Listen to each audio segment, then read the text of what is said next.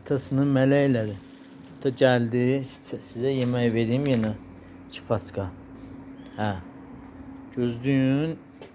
Ata versin yiyin. Gözləyin. Qızlarımın yenə suylarını aşırdıblar. Hə. Atası yəni bunlara su versin balalarıma. Ağıllı qızlarıma.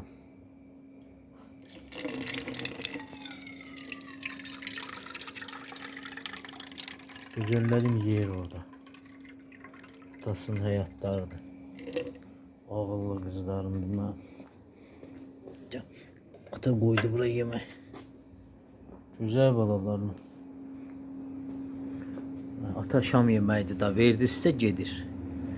Yeyin, nuşucan, hava xoşlu olsun. Hava düzəlsin, ata bu ağ pişiyi çimizdirəcəm. Qarnı gedir dostlar, bilmirəm niyə. Mənim həyatlarımdır bunlar. Güzel balalarımdır.